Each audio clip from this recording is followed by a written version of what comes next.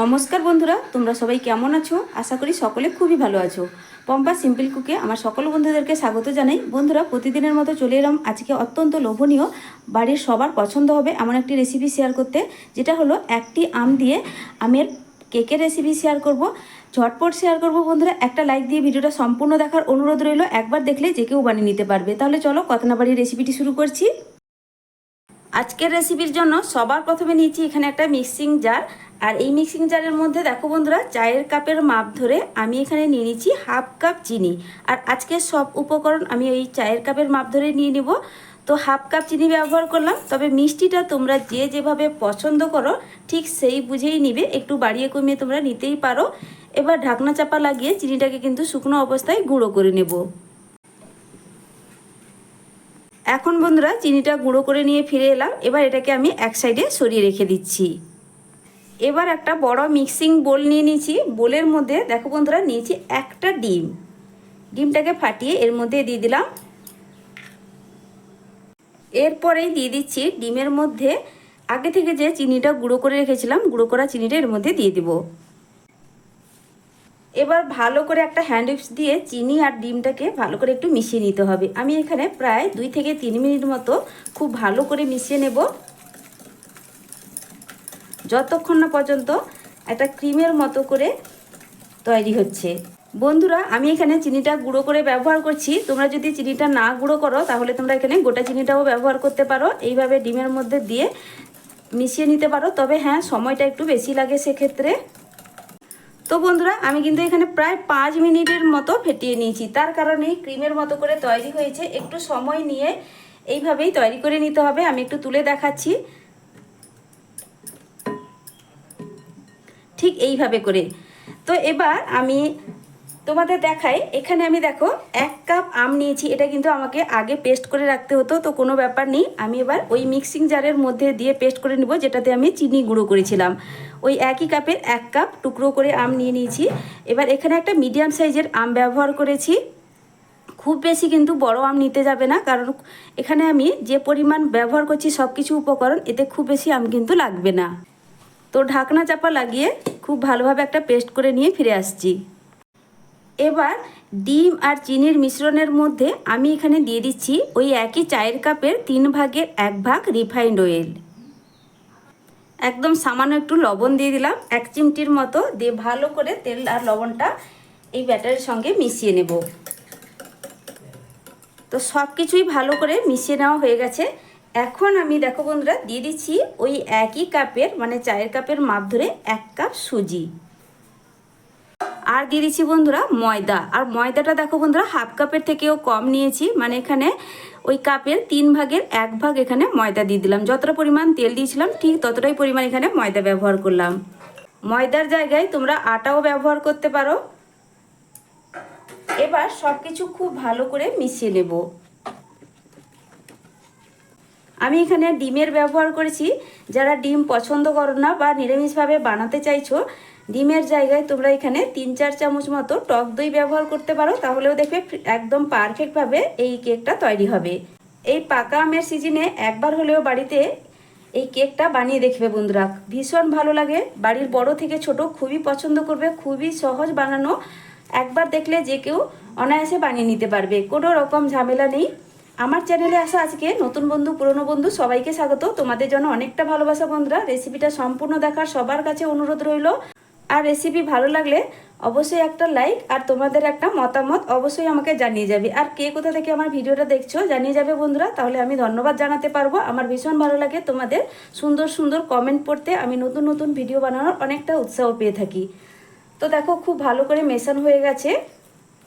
আর যেহেতু এর মধ্যে সুজি দিয়েছি, সুজিটা কিন্তু কিছুক্ষণ আমি এটাকে রেস্টে রেখে দেবো। তাহলে কি হবে, সুজির দানা যে আছে সেটা কিন্তু অনেকটাই মিশে যাবে আর সুজির দানা অনেকটাই নরম হয়ে যাবে। তো বন্ধুরা দেখো কথা বলতে বলতে ভালো করেই মেশানো হয়ে গেছে। এবার সব শেষে আমি দিয়ে দেবো আমের যে পাল্প বা মিশ্রণটা রেডি করে রেখেছিলাম, এটা কিন্তু এর মধ্যে দিয়ে দিতে হবে। আর দিয়ে দিচ্ছি এখানে 7-8 ফোঁটা মতো ম্যাঙ্গো এসেন্স। এটা হাতের কাছে থাকলে তোমরা দিবে, না হলে এটা পুরোপুরি অপশনাল। না দিলেও কিন্তু পাকা আমের নিজস্ব একটা ফ্লেভার আছে, কেকটা কিন্তু ভীষণ ভালো হবে খেতে। আমার হাতের কাছে ছিল তার জন্য কয়েক ফোঁটা এর মধ্যে ব্যবহার করলাম পাকা আমের মানে ফ্লেভারটা ভীষণ ভালো লাগে। তো দেখো আমি এখানে আমের পাল্পটা দিয়ে দেওয়ার পর ভালো করে আমি মিশিয়ে নিচ্ছি। এরপরে দিয়ে দিচ্ছি এখানে কিছুটা পরিমাণ টুটি ফ্রুটি আর দিয়ে দিচ্ছি ছোটো ছোটো করে কুচিয়ে রাখা কাজু বাদাম। তোমরা তোমাদের পছন্দ মতো যে কোনো ড্রাই ফ্রুটস এখানে ব্যবহার করতে পারো, খেতে বেশ ভালো লাগে। তো এটা কিন্তু তোমরা নাও ব্যবহার করতে পারো, শুধু শুধু কিন্তু এই পাকা আমের কেকটা ভীষণ টেস্টি হয়। এরপরে দেখো বন্ধুরা দিয়ে দিচ্ছি হাফ চা চামচ বেকিং পাউডার আর দিয়ে দিব তার অর্ধেক পরিমাণ একদম সামান্য পরিমাণ একটু বেকিং সোডা। বেকিং সোডার পরিমাণ কিন্তু সবসময় কম রাখতে হবে। এবার খুব ভালো করে বেকিং পাউডার আর বেকিং সোডা এই মিশ্রণের সঙ্গে ভালো করে মিশিয়ে নিতে হবে। তোমরা কেক অনেকভাবেই খেয়েছো বন্ধুরা, এইভাবে যদি না খেয়ে থাকো একবার হলেও বানিয়ে খেয়ে দেখার অনুরোধ রইল।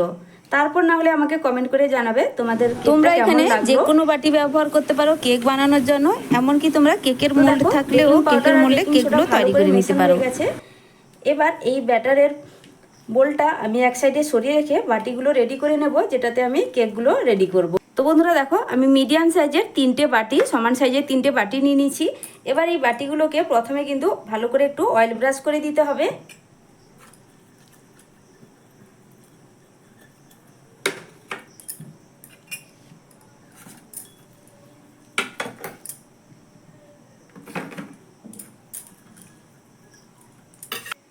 অয়েল ব্রাশ করে দেওয়ার পর দেখো বন্ধুরা নিয়েছি শুকনো ময়দা, সামান্য একটু ময়দা দিয়ে দিলাম, দিয়ে বাটির গায়ে কিন্তু চারদিকে একটু ছড়িয়ে দিতে হবে। তো এই ময়দায় প্রত্যেকটা বাটি কিন্তু আমার হয়ে যাবে।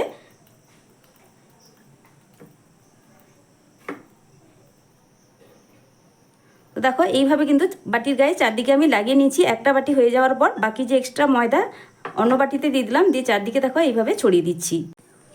এবার দেখো 3টে বাটি রেডি করে নেওয়ার পর কেকের যে ব্যাটার তৈরি করে রেখেছিলাম এখান থেকে দেখো বন্ধুরা কিছুটা করে এই বাটিগুলোর মধ্যে দিয়ে দেবো। তবে পুরোপুরি মানে ভর্তি করে দেব না, কিছুটা কিন্তু বাকি থাকবে, এইভাবে দিতে হবে।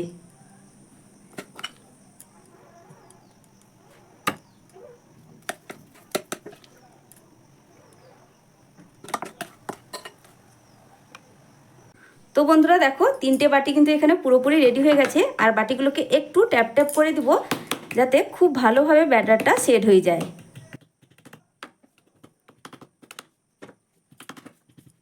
উপর থেকে দেখো বন্ধুরা কয়েকটা টুটি ফুটি এইভাবে ছড়িয়ে দিচ্ছি যাতে দেখতে ভালো লাগে।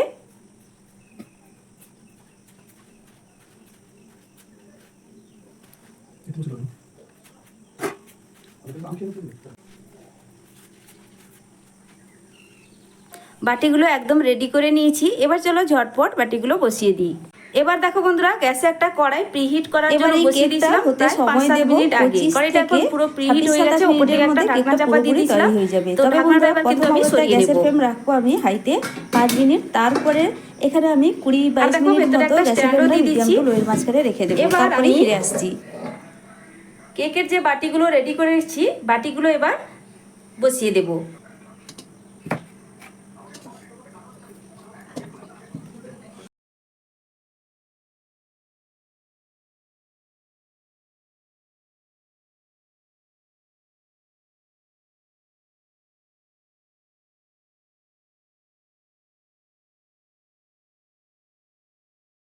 তো বন্ধুরা পুরোপুরি 25 মিনিট হয়ে গেছে। আমি 25 মিনিটের পর ফিরে এলাম। এবার ঢাকনাটা সরিয়ে দেখব কেকটা পুরোপুরি রেডি হয়ে গেছে কিনা। তো দেখো বন্ধুরা ভীষণ সুন্দর একটা কালার চলে এসছে। এবার একটা টুথপিক দিয়ে দেখেও নিচ্ছি ভেতর থেকে একদম পারফেক্টভাবে তৈরি হয়েছে কিনা। তো দেখো একদম টুথপিকের গায়ে লেগে যাচ্ছে না, তার মানে একদম পারফেক্টভাবে কেকটা তৈরি হয়ে গেছে। এবার গ্যাসের ফ্লেম বন্ধ করে দিলাম। সাবধানে বাটিগুলোকে তুলে নেব। তারপর একটু ঠান্ডা করে নেওয়ার পর তোমাদেরকে কেকগুলো বের করে দেখাবো। এখন আমার কেকগুলো পুরোপুরি ঠান্ডা হয়ে গেছে। আমি কিছুক্ষণ পর তোমাদেরকে দেখাচ্ছি। দেখো বন্ধুরা এবার আমি কেকগুলো খুব সহজেই বের করে নেব, কারণ বাটিগুলো খুব সহজেই কিন্তু হাতে ধরা যাচ্ছে। এবার দেখো স্প্যাচুলা দিয়ে সাইডটা একটু ছাড়িয়ে নিচ্ছি, তাহলে খুব সহজেই কেকগুলো উঠে আসবে। কত সুন্দর দেখো কেকগুলো তৈরি হয়েছে বন্ধুরা, একটু কিন্তু নিচে খুব বেশি কালার হয়ে যায়নি, দেখে নিশ্চয়ই বুঝতেই পারছো। আর কতটা নরম তুলতুলে হয়েছে আশা করি দেখে তোমরা বুঝতেই পারছো। একদম পারফেক্টভাবে একদম নরম তুলতুলে পাকা আমের কেক কিন্তু তৈরি হয়ে গেছে। প্রত্যেকটা কেক আমি একইভাবে বের করে নেব বাটি থেকে।